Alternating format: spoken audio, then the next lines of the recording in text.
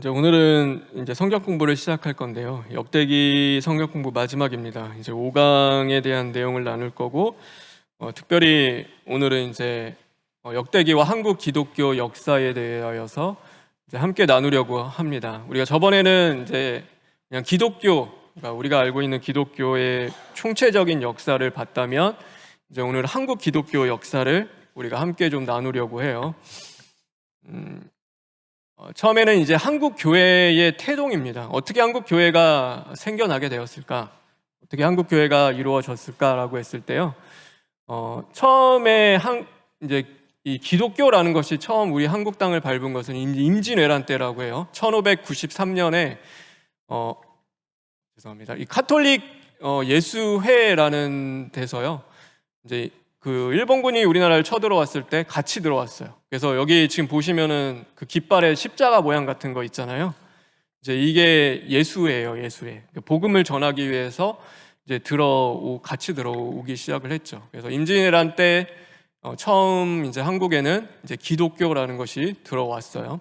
그럼 개신교, 그러니까 카톨릭이 아니라 개신교는 언제 한국에 최초로 전해지게 되었을까라고 하면 보통은 이제 귀즐라프 선교사라고 1832년대에 이분이 한국에 들어오세요. 한국에 들어와서 이제 뭘 하시냐면은 성경을 나누어 주시는 일을 이제 했어요. 그래서 처음 최초로 한국을 방문한 선교사예요. 개신교 선교사. 독일 교회 분이셨는데 한국에 들어오시게 되었어요. 독일 교회가 먼저 들어온 거죠. 독일에 있었던 그 교회가 먼저 한국 땅을 밟았어요. 그 다음에가 이제 저희가 잘 알고 있는, 이제 아실 거예요. 토마스 선교사라고 아세요? 1866년에 이 제너럴 셔먼호라고 이 상선인데 무장한 상선이었어요. 그러니까 무기를 싣고 전쟁도 할 수 있는 배였는데 이게 대동강을 타고 한국에 들어올 때 이제 같이 이 토마스 선교사님도 오셨어요. 이 토마스 선교사님의 이때 한국에 왔을 때 나이가 몇 살이었을까요? 네, 아시네요. 26살이에요. 젊죠. 우리 지금은 26살 하면은 결혼도 안 하고 아직 너무나 젊은 친구들인데 그 나이가 26살이었어요. 그러니까 아내를 중국에서 잃고 중국에서 세관 업무를 보다가요. 이제 하나님의 감하셔서 막 주셔가지고 한국 땅에 대한 그 비전을 주셔서 성경 들고 막 왔어요. 왔는데 상선 불탔죠. 그때 이제 세국 정책 하느냐고 막 좋지도 않아요. 들어갔더니 다 죽이려고. 그러니까 저게 이제 죽어요. 여기서 순교해요. 이제 여기서 누구한테 박충권이라는 사람한테 목을 베어서 순교할 때 성경을 다 뿌려요. 성경을 뿌렸을 때 이때 12살인 최치량이 이 성경을 받았는데 이제 두려우니까 이 성경을 이 누구냐면은 이 박영식이라는 그 영무주사래요. 영무주사한테 그걸 넘겨요. 근데 이 박영식이 자신의 집에 가서 성경책을 뭐 하냐면 집에 도배지로 써요. 성경책이 너무 종이가 좋으니까 벽지로 다 만들었어요. 근데 나중에 이 최치량이 이 집을 사요. 그리고 나서 여관을 하는데 이 여관에 들어온 사람마다 뭘 하냐면 이 벽지에 있는 하나님의 말씀을 보는 거예요. 그리고 나서 영접하기 시작하고 최치량과 박영식도 이제 예수님 영접하고 변화됐고 나중에 이 토마스 선교사 목 베어서 죽였던 그 박충건은요. 여기에 이 뭐가 세워지냐면요. 나중에 이 널다리꼴 교회가 세워져요. 이 여관이 교회가 되는데 이 교회가 나중에 뭐가 되냐면 1907년 평양 대부흥 운동이라고 들어보셨어요? 네, 그때 주축이 되었던 장대현 교회가 이 터전에서 세우는 거예요. 놀랍죠? 토마스 선교사의 피가 헛된 것 같아요. 저렇게 비참하게 뭐 26살 오더니 복음도 못 전하고 그냥 그 땅 밟고 거기서 그냥 죽었다. 이제 그렇게 생각했는데 아니에요. 하나님이 역사하셔서 복음으로 강하게 들어가니까요. 여기 교회가 세워진데 이게 장대현 교회가 돼요. 여기서부터 1907년 대부흥 운동이 시작되었던 거예요. 그래서 이 목배였던 박충건도요. 이 교회의 종소리 듣고요. 너무 막 마음이 괴로운 거예요. 괴로우다가 나중에 예수님 영접하고 목사가 돼요. 목사. 이 토마스 선교사 죽였던 그 사람은 목사가 되어서 복음 전하는 일을 하게 되죠. 하나님이 그렇게 역사하셨어요. 그래서 이 피를 헛되게 하지 않으시고 그것을 이 교회의 마중물로 사용하신 거예요. 그 이후에 이제 우리가 좀 알아야 될 분이요, 이수정 선교사라고요. 1883년인데 이분은 나라이라는 사람이었어요. 그런데 이제 농업 기술을 배우려고 일본을 가요. 일본을 갔는데 거기서 누구에게 영향을 받냐면 그 우찌무라 간조라고 그 일본에 있어요. 그 목사님인데 되게 유명해요. 뭐 나중에 자세히 설명할 수 있으면은 좀 나눴으면 좋겠는데 그분의 영향을 받고서는요, 이분이 뭘 하기 시작하냐면 미국에다 편지 써요. 우리 한국에도 선교사님 좀 보내주십시오. 그래서 그 편지가 전달되고 막 신문에 나고 해서 조선의 마게도냐인이었어요. 사도 바울이 막 그때 꿈 환상을 보면서 우리를 도와주러 오십시오, 마게도냐인들이 그렇게 해서 갔던 것처럼, 야, 조선 땅에 마게도냐인이 이수정이구나 해가지고 이때 아펜젤러 언더우드 선교사님이요, 그 편지 받고 막 감동이 돼서 한국 땅이라는 곳에도 위에서 기도하면서 나중에는 결국 한국의 선교사님으로 들어오게 되죠. 그래서 이분이 굉장히 좀 중요해요. 이수정 선교사라는 분이 그렇게 써가지고 한국이라는 나라가 알려지기 시작을 했던 거예요. 그 다음에 이제 1884년이 알렌 선교사님이 입국을 하세요. 이 알렌 선교사님은 의사였어요. 의사. 그래서 고종의 어이였어요. 처음에는 그 공사관 그 직원으로 왔다가 고종이랑 또 잘 얘기가 돼서 고종을 치료하는 의사가 돼요. 근데 이 땅에 뭘 하냐면 강해원이라는 것을 짓는데요, 이게 나중에 재중원이 됐다가 저 뭐라고 썼죠 여기요?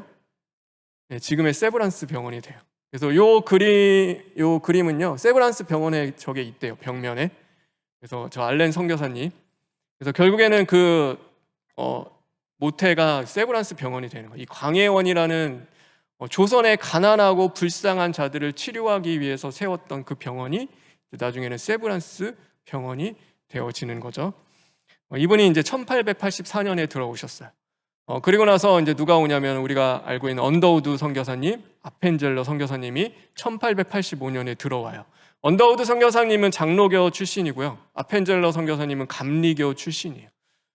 약간 교리는 서로 다르지만 이 목적 비전이 똑같았어요. 뭐냐면 교육이었어요. 교육. 그래서 함께 막 일하기도 하시는데, 언더우드 선교사님은 이 연희 전문학교를 세워요. 그래서 그때 막 이제 사람들을 깨우고 교육하는 일들을 하는데, 이제 연희 전문학교가 나중에 뭐가 되는지 아세요? 연세대가 돼요. 지금의 연세대가 연희 전문학교에서 시작을 했어요. 그게 누가 시작했냐면 언더우드 선교사님이 하신 거예요. 그리고 이 아펜젤러 선교사님은 배제학당을 짓고 우리가 알고 있는 정동교회, 한국에 처음 교회가 세워져요. 그 교회가 뭐냐면 정동교회예요. 우리나라에 교회가 처음 세워졌는데 그 교회가 무슨 교회예요? 그러면은 정동교회입니다, 이렇게 얘기하시면 돼요. 이게 처음 세워지는 거예요. 아펜젤러 선교사님에 의해 세워지고, 이 배제학당은 배제고등학교가 되고, 뭐 이 배제학당에서 이승만 대통령이 이제 이게 배웠다고 해요. 아펜젤러 선교사님한테 영어도 배우고 이제 학식 같은 것도 배우고, 그리고 나서 이제 유학을 가죠.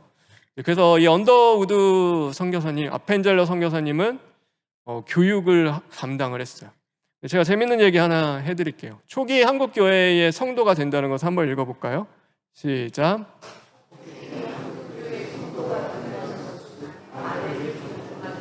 네, 누구를 존중하는 거래요? 아내 존중하는 거예요. 왜냐면요, 이때 아내를 사람 취급을 안 했대요.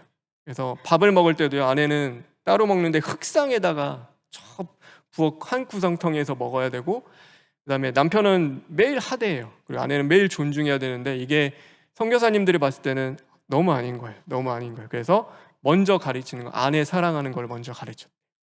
먼저 교회가 가서 아내를 사랑하는 것이 하나님 사랑하는 겁니다.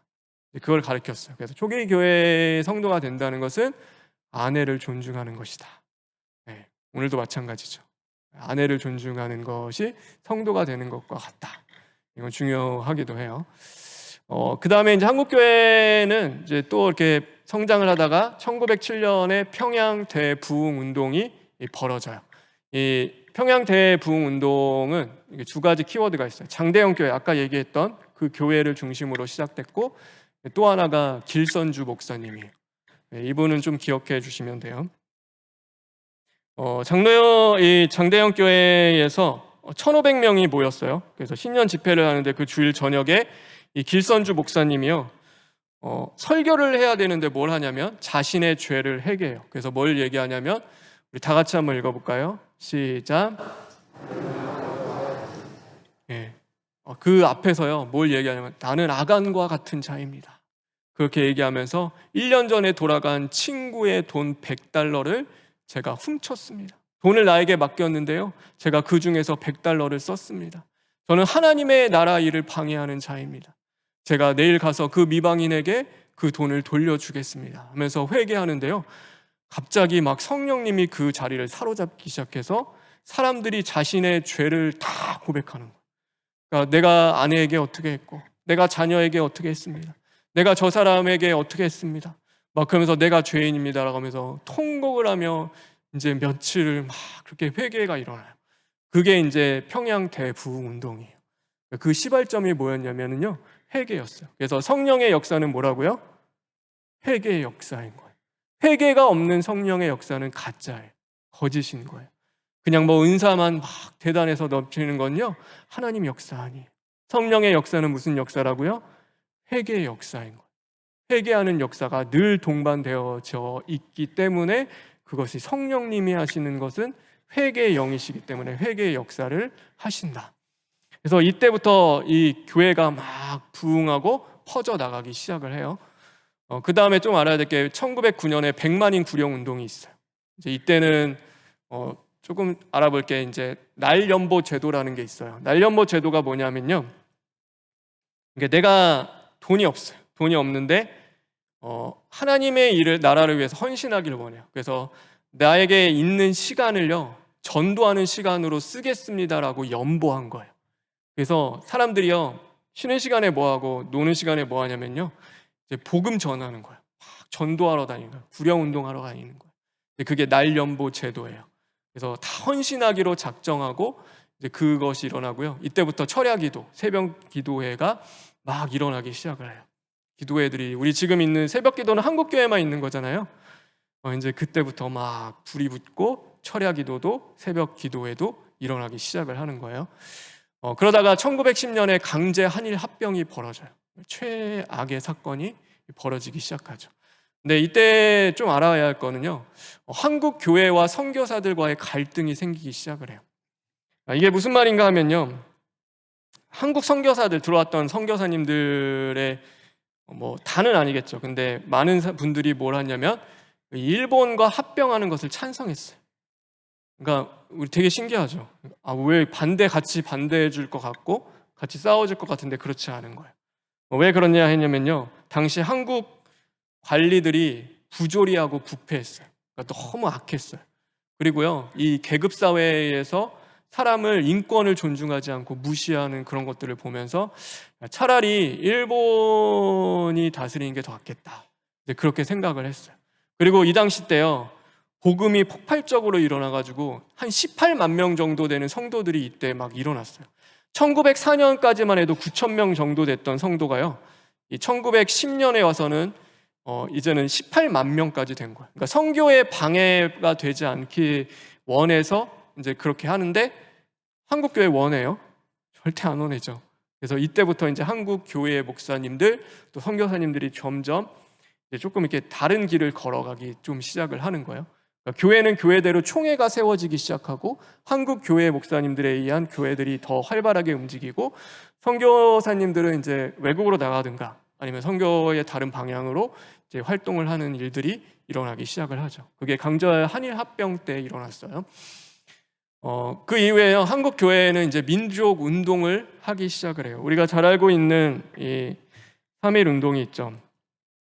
이때가 1919년 때 3.1 운동이 벌어지게 돼요. 이 3.1 운동은 이제 뭐 33명 중에서 16명이 기독교인이 주축이 돼서 이제 이 운동을 벌이기 시작을 했다고 얘기를 해요. 근데 놀라운 건 뭐였냐면, 이 운동을 사실 할 수 없는 운동이었어요. 여러분, 이 3.1 운동하면 누가 생각나세요? 유관순이죠. 유관순이 다녔던 학교는 누구의 학교일까요? 선교사님이 세운 학교예요. 네. 그런데 하나님 원래는 다 노예 근성이 있어요. 이 안에는 그냥 찌들었어요.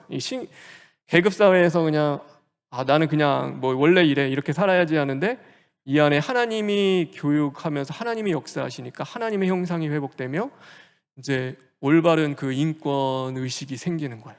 왜 우리가 노예로 살아야 하는가? 그래서 우리는 하나님의 형상을 입은 하나님의 자녀들인 거예요. 그래서 인권 운동이 주축이 돼서 이제 벌어졌던 것이 3.1 운동이에요. 근데 이 3.1 운동이 가능했던 것은요, 이때 교회에 총회가 있었어요. 우리 지금처럼 노예 다음에 뭐가 있어요? 총회가 있어요. 핸드폰도 없고 뭐 편지만 간신히 쓰고 그다음에 뭐 인터넷, 전화 뭐 이런 거 다 없는데 어떻게 이게 조직적으로 일어날 수 있었을까라고 하면 그 총회라는 제도가 그때 있었어요. 교회 안에는. 그래서 그걸로 전달이 이루어지는 거예요. 조직적으로 움직이면서 이 3.1 운동이 전개가 될 수 있었다라고 이야기를 하는 거예요. 그 운동이 있은 이후에 일본이 통치 방식을 바꿔요. 뭘 바꾸냐면은 총칼이었어요. 다 전에는 말 안 들면은 빵. 그래서 너 안 해? 그러면 칼로 샥. 그래서 이렇게 딱 했는데 이제는 이러면 안 되겠다 해서 문화 통치로 바꾸기 시작을 해요. 그래서 뭘 하기 시작하냐면 사범학교를 세워서 정신교육을 시켜요. 아예 개종을 시켜버려요. 어렸을 때부터 일본 사람처럼 키우기 시작을 하는 거예요. 그 다음에 젊은이 해체 작업을 시작을 해요. 이게 뭐냐고 하면요, 이제 그런 거래요. 그러니까 50만 불을 들여서 흥등가를 세우고 아편 18만 2천 불을 들여서 재배하게 하고 술과 담배를 젊은이들에게 장려하게 했던 거예요. 그러니까 젊은이들이 철도 줄기 전에 성에 눈을 뜨고 아편에 손을 대기 시작하고 술과 담배를 가까이 하게 되는 거예요. 그래서 아예 씨를 말려버리는 거예요. 아예 뭐 대항할 뭐 이런 저항 운동을 할 그런 건덕지기를 아예 없애기 시작을 하는 거죠. 근데 선교사님과 교회의 지도자들이 그거를 그냥 뒀을까요? 아니에요. 그냥 두지 않았어요. 그래서 뭘 하냐면 물산 장려 운동, 금주 금연 운동을 하기 시작을 했고 그 다음에 YMCA 농촌 살리기 운동이 이때 벌어지기 시작을 하는 거예요. 그래서 물산 장려 운동을 혹시 아시나요? 네, 이게 우리 물건 쓰자 그거예요. 그냥 한마디로 말해서 우리 것이 좋은 거다. 그래서 토속, 토착, 그래서 외국 사람들 주는 거, 외국 거 쓰지 말자. 그리고 금주 금연 운동 당연히 했고요. 농촌 살리기 운동도 이때 이루어지고 YMCA는 기독교 단체지만 또 우리 해방 운동, 민족 운동을 했던 단체이기도 하죠.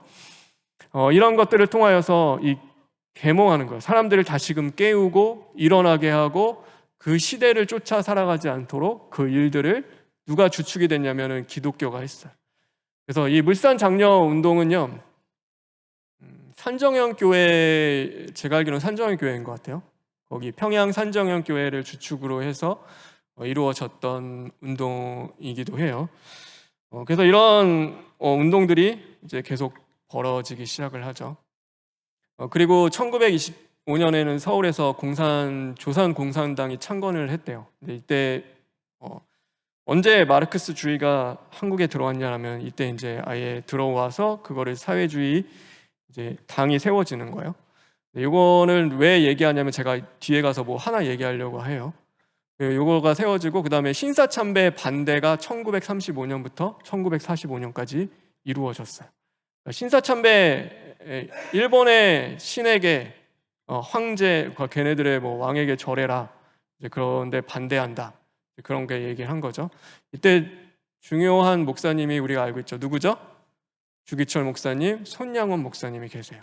주기철 목사님은 일사각오라고 하죠. 목숨 내놓고 신사참배 반대하셨어요. 그래서 사진이 가려졌네요. 이분이 주기철 목사님이시죠. 그래서 옥고의 고통 속에서 순교하시죠. 이분이 마지막 설교문이에요. 마지막으로 설교했던 문인데 우리 다 같이 한번 읽어볼까요? 시작.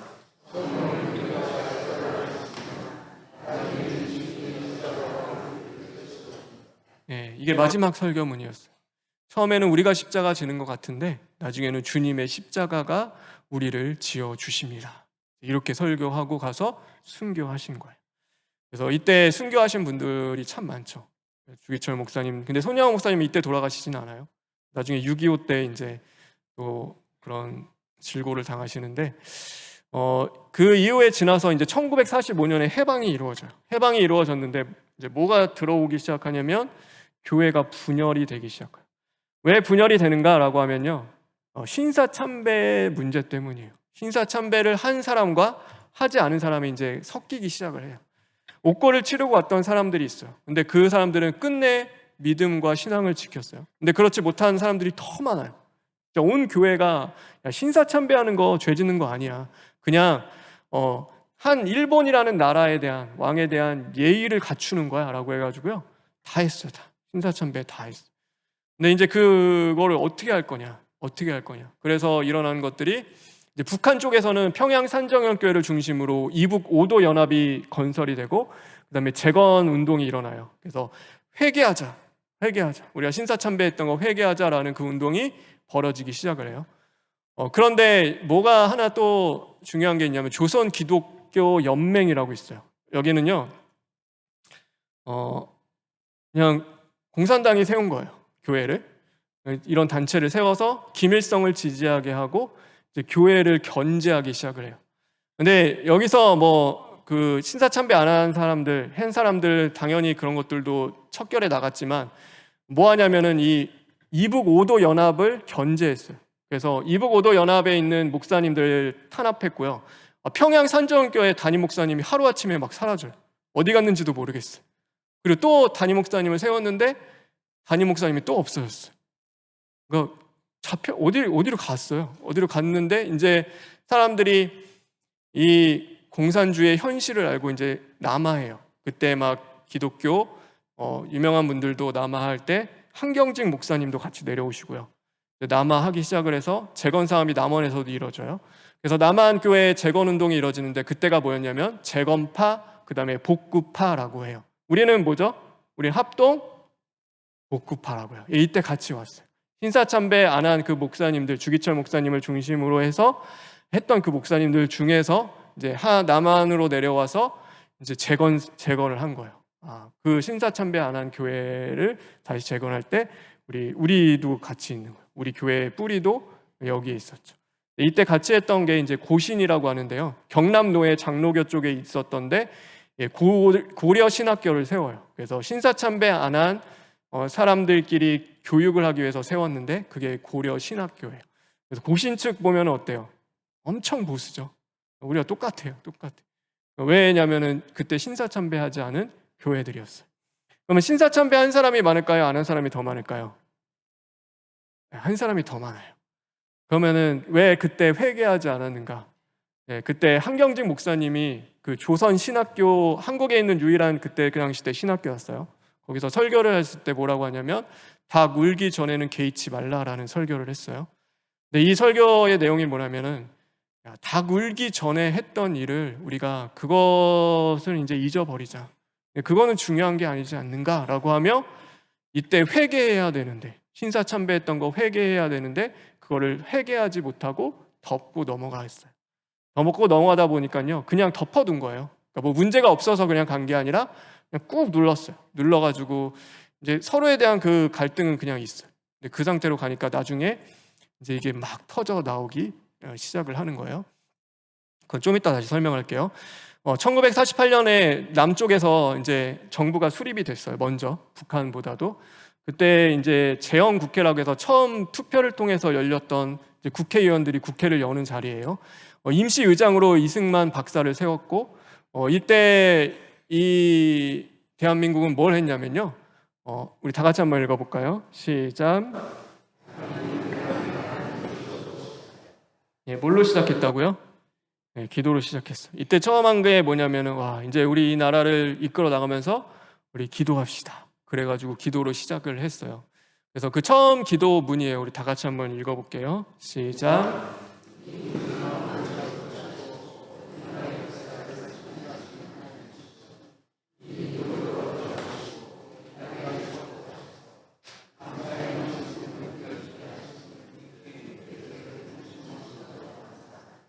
이렇게 해가지고 대한민국이 시작을 한 거죠. 근데 대한민국이 시작을 했는데 뭐가 발생하냐면 1950년에 6.25 전쟁이 일어나게 돼요.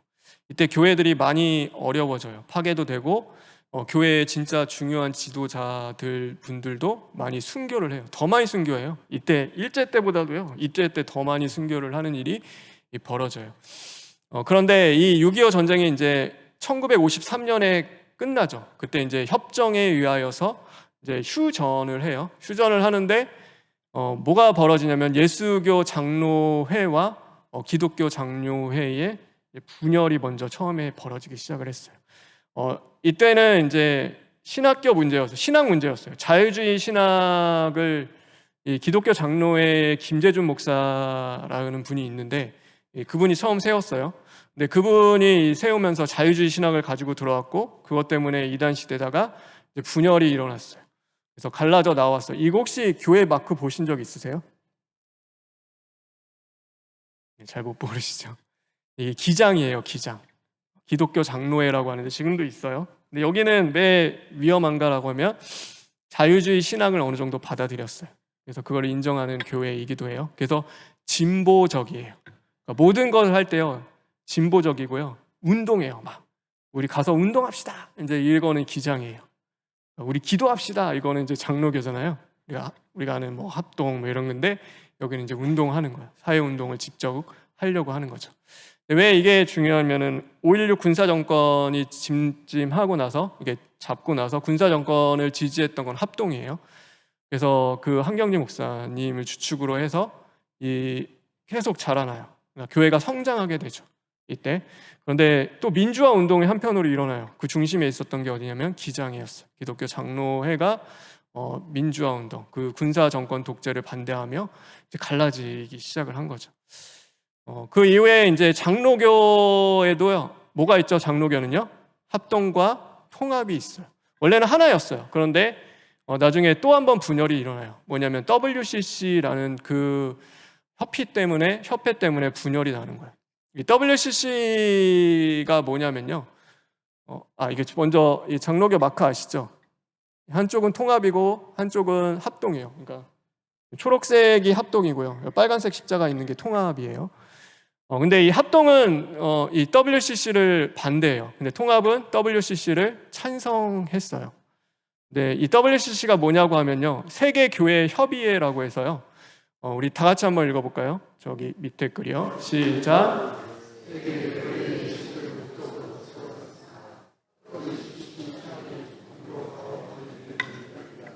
네, 세계 교회의 일치를 목적으로 세워졌어요. 그래서 여기에는 뭐 카톨릭, 그다음에 정교회 이런 것도 다 같이 해요.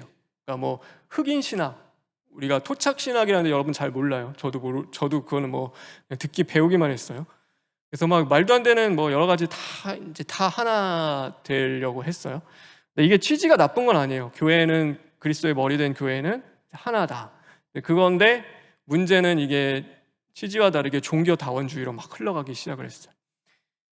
제가 한 가지 예를 들면은 이 여성해방신학 운동을 했었던 그 교수님이 여기서 퍼포먼스를 하는데 막 그 어떤 퍼포먼스냐면 한국에 있는 하늘 이야기하며 막 뭐 귀신의 영을 다 끌어들이는 거예요. 한마디로 말해서 뭐 하갈의 영, 뭐 이스라엘에서 홀로코스트 당했던 죽은 영, 뭐 그러면서 이제 성령을 막 묘사하는 불꽃을 합쳐요. 그러니까 이거 보고 이제 장로가 합동층이 뭘 이런 말도 안 되는 게 있냐라고 하면서 이제 나왔어요. 근데 그럼에도 이제 통합은 그건 잘못한 거 맞다. 그럼에도 우리가 하나 되어 가는데 힘써야 되지 않냐라고 해서 남았던 게 통합이고, 합동은 이런 말도 안 되는 다원주의와는 하나 될 수 없다 해서 나왔어요. 우리는 WCC를 옹호해야 될까요? 옹호하지 말아야 할까요? 우리는 옹호하지 않는 입장입니다. 맞아요. 그거는 확실한 거예요. WCC의 문제가 너무 많아요. 이게 그냥 좋은 의도보다도 악한 영향들이 더 많기 때문에 그런 거죠. 이제 그 이후에 이제 교회의 성장이 계속 벌어져요. 그래서 우리 빌리그레암 전도대회 아시죠? 여의도에서 일었던 1973년에 110만 명 정도 모였다고 해요. 그래서 빌리그레암 목사님이 이렇게 강하게 연설하시고, 옆에 있는 분이 그 극동방송에 자주 보시는데 김장한 목사님이신가요? 그분이 이제 통역하시면서 이제 집회를 했죠. 이때 사람들이 많이 회심하고 이제 돌아오는 일이 있었고, 이제 이때부터 드러나는 게 뭐냐면 기복신앙, 번영신앙이 있어요. 그래서 그거의 최고는 누구냐면 이제 여의도 순복음교회예요. 조영기 목사님인데, 이 한박자 축복이라는 게 있어요. 요한 3서 1장 2절 우리 다 같이 한번 읽어볼까요? 시작.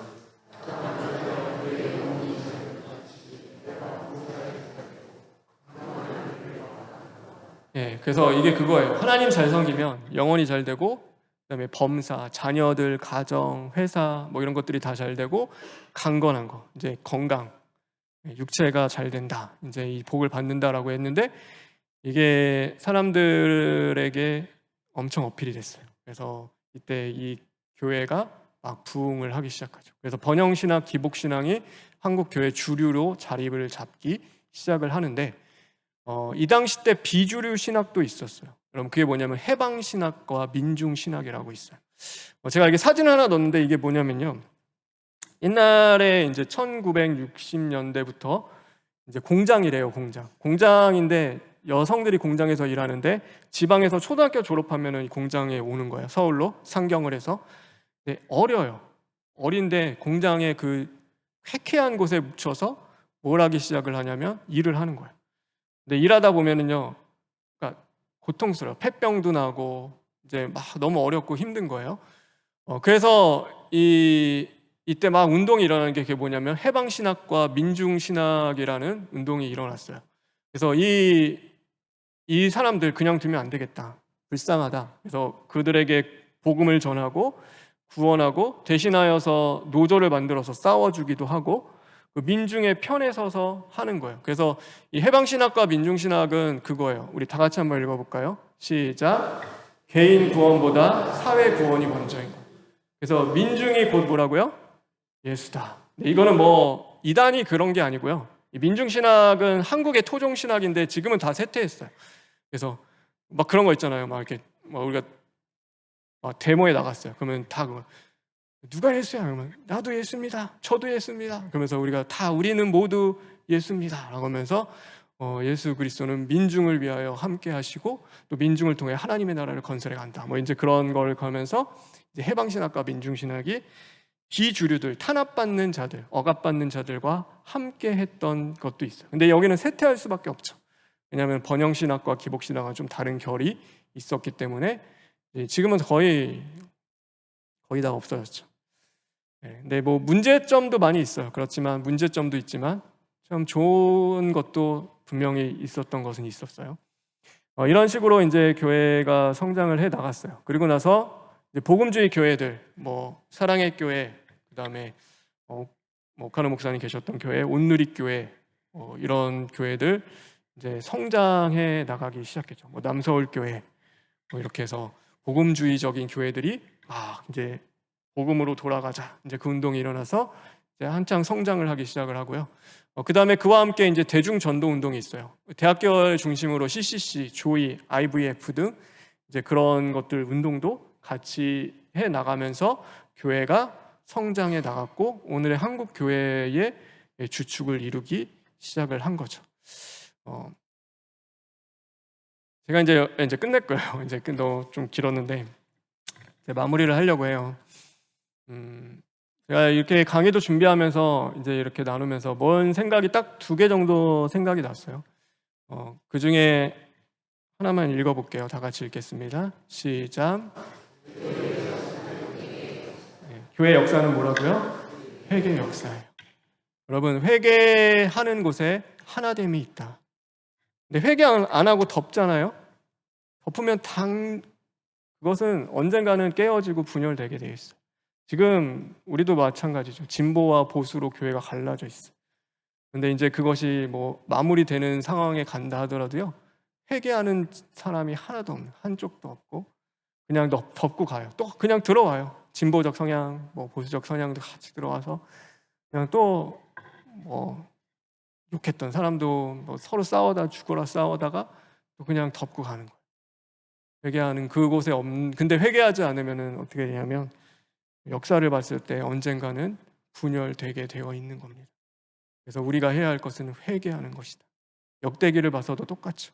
회개해야 하나님의 하나 되시고 역사해 주시고 함께 해 주는 거예요. 회개할 때 교회는 성장하기 시작하고 그것 가운데 주님이 함께 해 주셨다.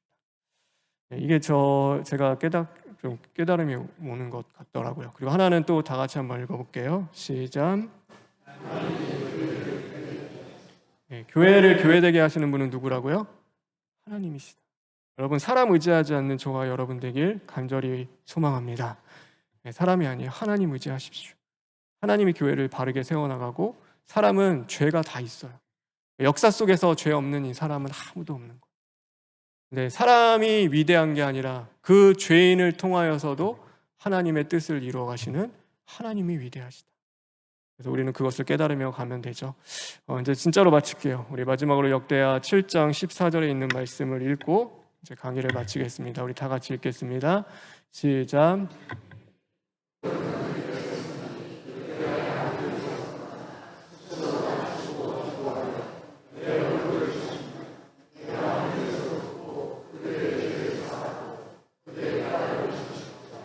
네.